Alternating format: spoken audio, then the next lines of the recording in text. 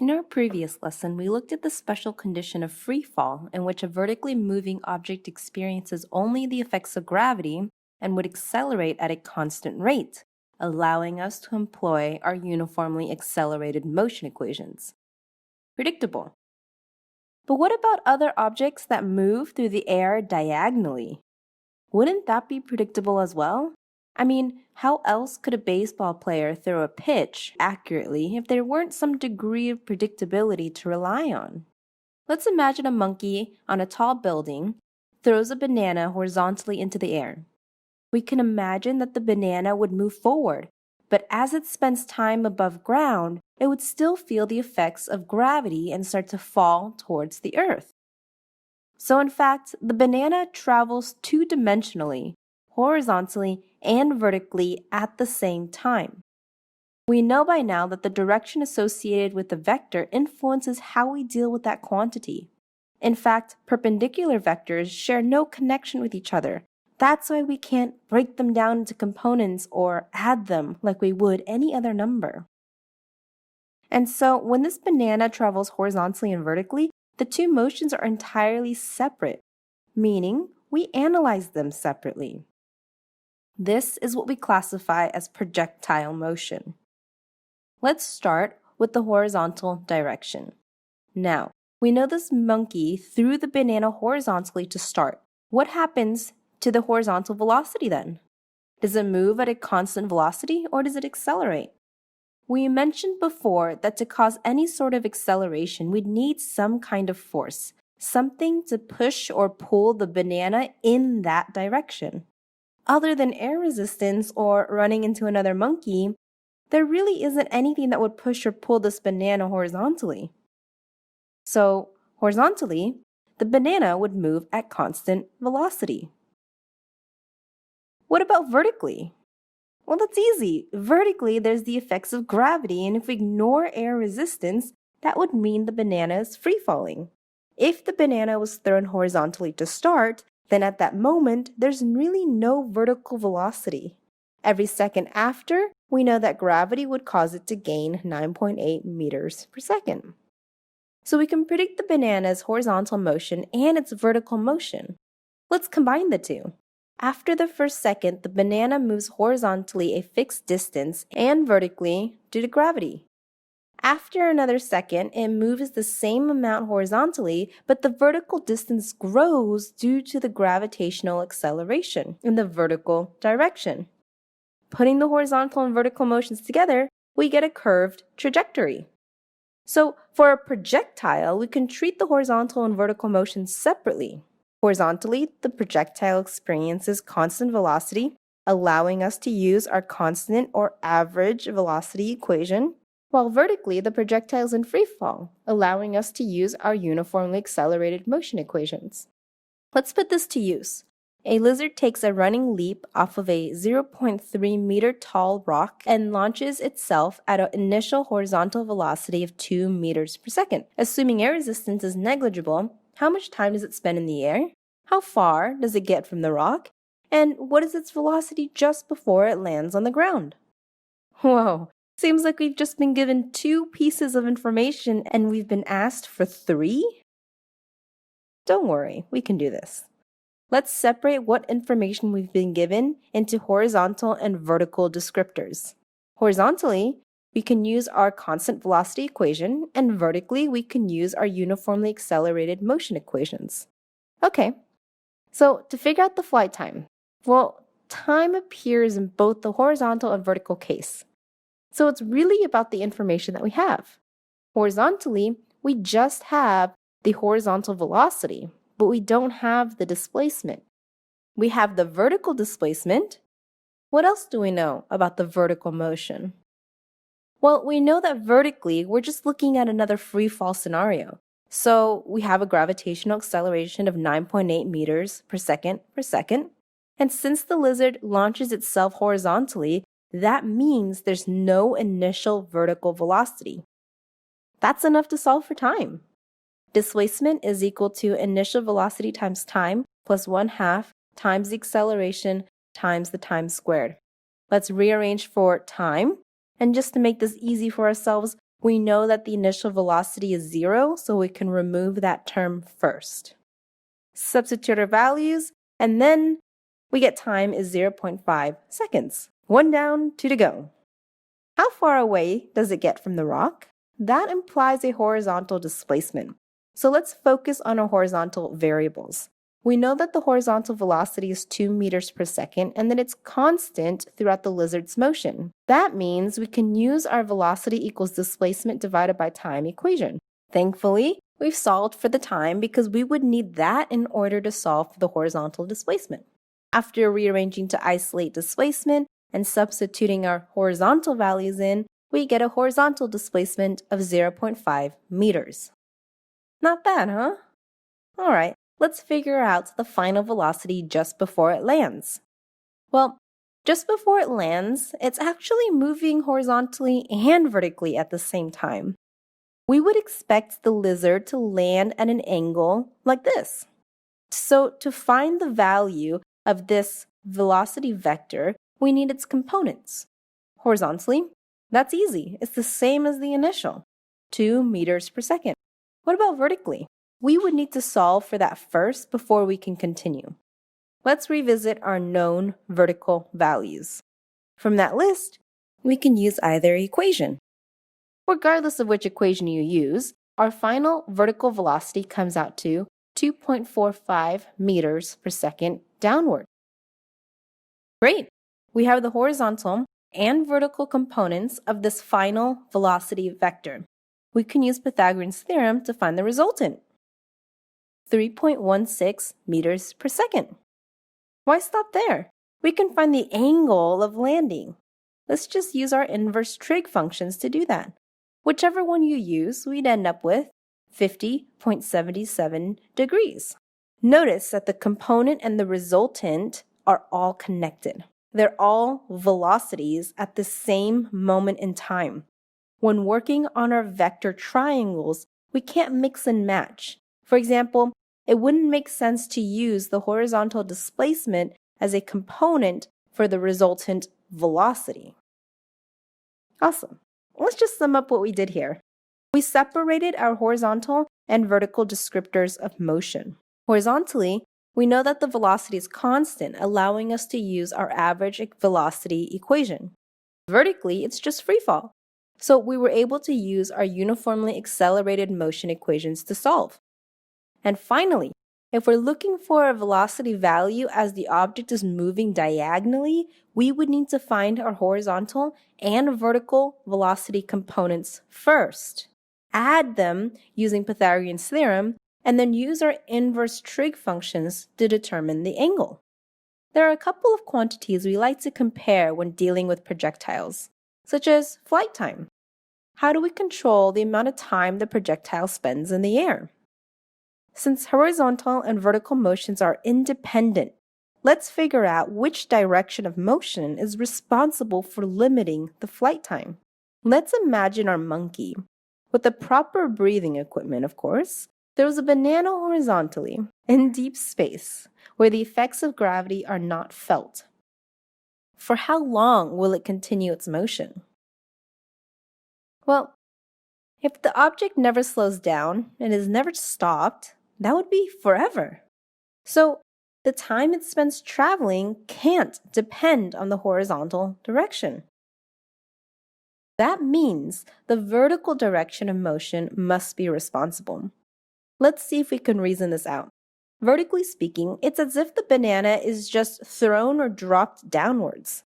We'd start our timer when the banana leaves the monkey's hands, and we'd stop it when it hits the ground. What can we change about this situation to make the banana travel for a longer period of time? Well, the monkey can throw the banana differently. When the monkey throws the banana horizontally only, the banana's initial vertical velocity is 0. If the monkey throws the banana upwards, it would cause the banana to travel upwards before reaching its starting height to fall back down. Therefore, it would have a longer flight time. Conversely, if the monkey throws the banana downwards, it would move more quickly and have a shorter flight time. We can also change the height of the building. If the banana is thrown from a greater height, it would also have more time to fall. What else can we change? Acceleration. Well, we can't really change the gravitational acceleration due to Earth here, but if we were to add in air resistance or travel to another planet, we know that would affect the flight time of this banana. If the acceleration of the banana is smaller, then the banana doesn't gain speed quickly and it won't reach the ground as quickly either.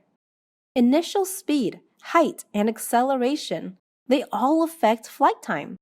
And these are the variables that we've been using in our uniformly accelerated motion equations. Except, what about final velocity? Well, actually, final velocity doesn't affect time. Remember, variables have relationships that go beyond our use of any algebraic equation. In this case, it's the amount of time that the object spends accelerating that affects the final velocity, not the other way around. Okay, great.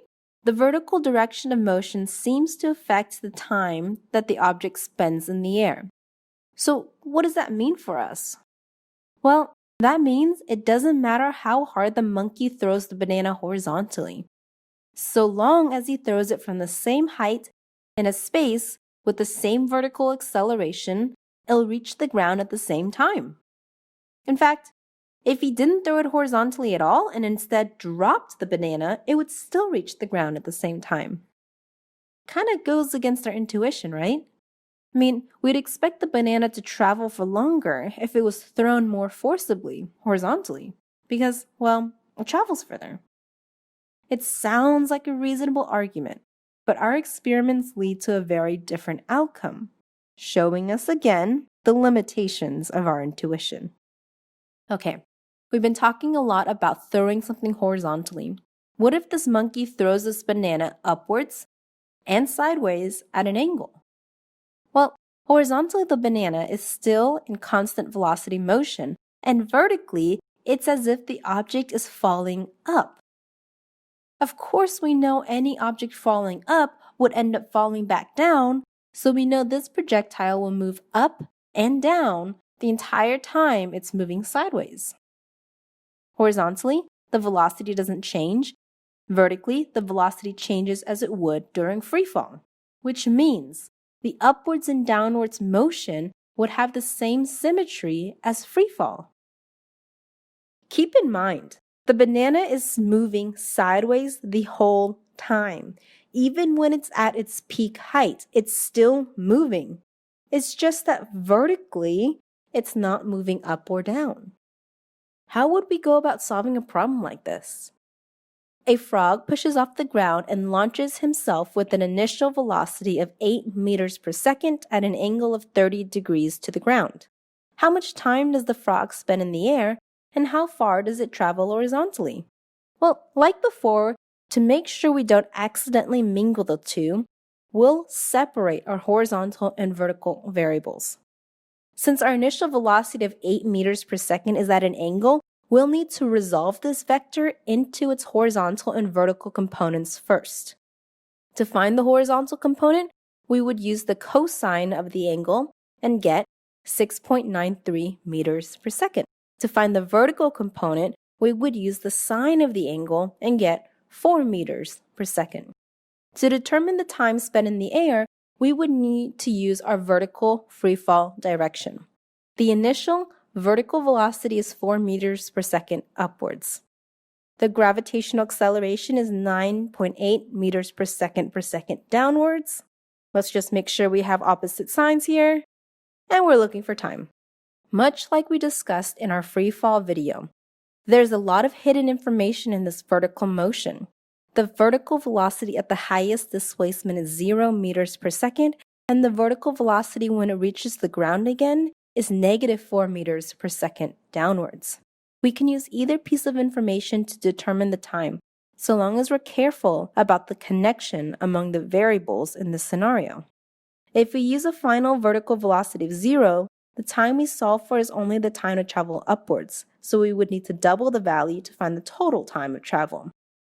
We wouldn't have to do that, though, if we use the final velocity of 4 meters per second downwards. as this is the final velocity value that marks a full range of up and down motion. We find that time is 0.82 seconds. Excellent. Let's determine the horizontal displacement using our horizontal values. The initial horizontal velocity is 6.93 meters per second, and the time of travel is 0.82 seconds. And we get a horizontal displacement of 5.68 meters. So really, we're not doing anything new here. We're just using our motion equations like before. We just have to be careful about using the right variables with the right direction in the right equations. And to do that, we might need to make use of our background on resolving vectors through trig. Wonderful. Just one more thing. We mentioned there's a couple things we'd like to be able to control with projectiles. Aside from time, we're very interested in how far the projectile moves horizontally. I mean, that's pretty important when we're talking about siege weapons or soccer players, right? Anyway, we call this horizontal distance of a projectile the range. How would we predict the range of a projectile? For this, we need to analyze the horizontal motion, which is governed by the equation velocity equals displacement over time. We mentioned before that some equations in physics can be written to show the relational dependence among variables. Well, this equation is better written as displacement equals velocity times time, because how far an object travels depends on how fast it's moving and how much time it spends moving in that direction. So, to maximize range, we would need to maximize the horizontal velocity and maximize the amount of time. Let's start with maximizing the horizontal velocity. Let's say we have a cannon here that takes in a fixed amount of gunpowder. So no matter how I launch it, it'll always have the same initial velocity. Let's say we launch it horizontally. Now all of the force is in the horizontal direction, and we've effectively maximized the horizontal velocity in our situation. Ready? Aim, fire! What? It hit the ground almost immediately. Oh, well, that makes sense. Because it's so close to the ground, it didn't have enough time to travel before hitting the ground. Since time is the problem here, let's see how we can maximize time in the air. We now know time depends on the projectile's vertical motion. Launching the projectile straight up into the air would cause the projectile to reach the highest height and therefore spend the most time in flight. Let's see it happen. Ready? Aim, fire! Dang it! It doesn't travel horizontally at all! Arrgh! So it seems that range depends on both horizontal velocity and time, but the two variables work against each other. So how do we maximize the range if we can't maximize the horizontal velocity and at the same time maximize the flight time? You guessed it. We have to split the difference here. If launching horizontally at a 0-degree angle maximizes horizontal velocity but minimizes time, launching vertically at a 90-degree angle maximizes time but minimizes horizontal velocity, then right in the middle at 45 degrees is our sweet spot where we can maximize the product of the two together, not independently. There you have it. We've learned about two-dimensional projectile motion, which was really just the combination of free fall, uniformly accelerated motion, and constant velocity motion. In our next lesson, we'll start a new unit of study on forces to understand what causes these changes in motion. See you later on Penguin Physics.